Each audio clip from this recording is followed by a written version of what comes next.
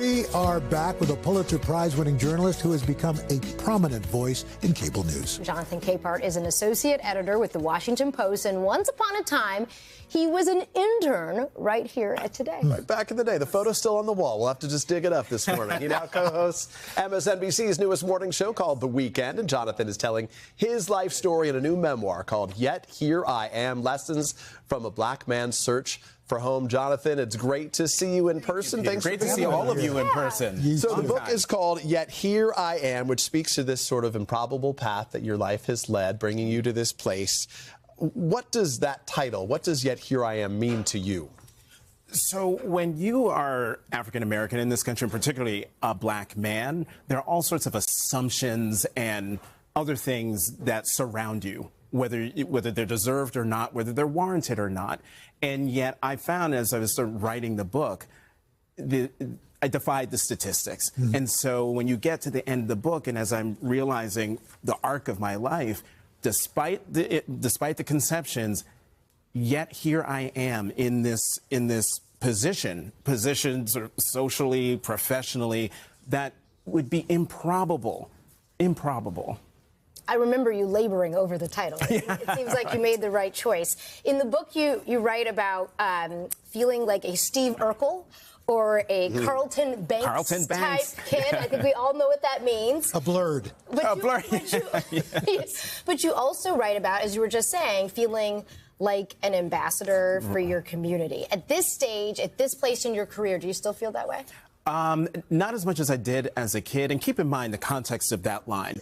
I was born exactly 3 years to, oh Lord, I was born exactly 3 years to the day after the signing of the 1964 Civil Rights Act. Wow. The next year was the 1965 Voting Rights Act. That meant I am from the first generation to live free in this country. And so there I am going to school, viewing myself as, hey, we're all now mixed together. I'm going to be a bridge between blacks and whites. That's where the ambassador view came from. And so how did that work out? Didn't work out as well as I thought it would. And when you read in the book, there are several instances. We don't have enough time for me to go through all the instances where that idea of myself being an ambassador turned out to be more naive. But in the end, I think that I still view myself as a bridge, particularly in my writing. I'm trying to bring along my audience because for a lot of people, I might be the only black person they know, and that's someone they know from television or from print. And I take that job very seriously as a journalist. There's some great lessons. Oh, I'm sorry. No, please. There's some great lessons in here. Everything we do in life is an audition for something else. We just don't know what for.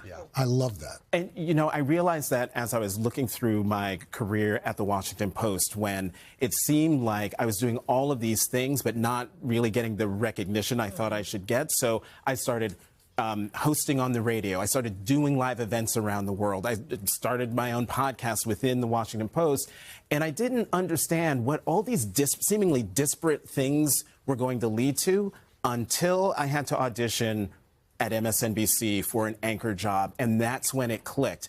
All the stuff on the radio, all the live events, all the interviews I was doing, it all came together. I didn't realize I was auditioning to be an anchor all those years before. Well, your friends who have watched you succeed have been thrilled to watch the progress and the success that you've had right now. We talked about turning back the clock. You were an intern here back at the Today Show back in the day. I think we can find some of those clips from the old days here. Your idol, Brian Gumbel, working along. Oh, you got that live. There's me. Between Garrick Utley and John Chenson. There he is in the background, a little cameo for everybody. Yes.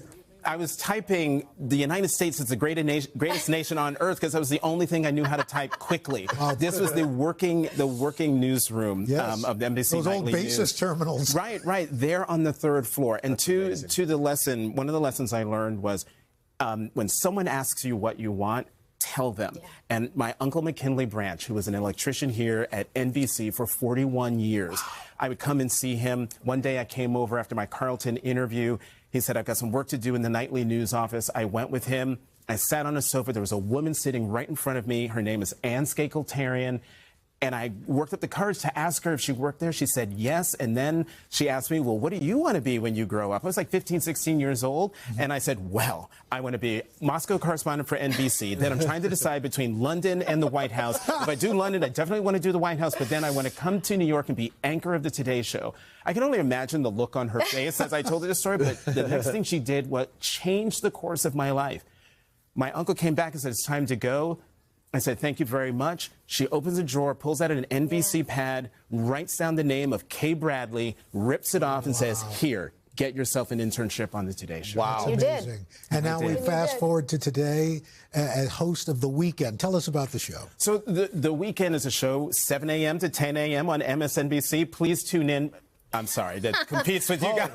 In between the commercial breaks for Saturday Today. It competes with you, but on MSNBC, I look at it as our version of the Today Show. It's the first live hour on MSNBC. We give you all the news that's happened overnight. Plus, we talk about big issues that have happened around the country during the week, and we bring on newsmakers and interesting guests to put the news that a lot of our viewers already know, but we bring them the context that they might not know. Yeah, Well, step back a little bit. I say just watch 2 TVs. There you go. You don't have to pick. Picture in a picture. Jonathan Capehart, one of the Book is best out. guys in this business. Jonathan, we appreciate your being with us. The book, Thank you. again, Yet Here I Am, is available tomorrow. Hey, thanks for watching. And don't forget, you can catch The Today Show every morning on NBC or take Today when you're on the go. Just follow the Today podcast on Apple Podcasts, Spotify, or wherever you listen.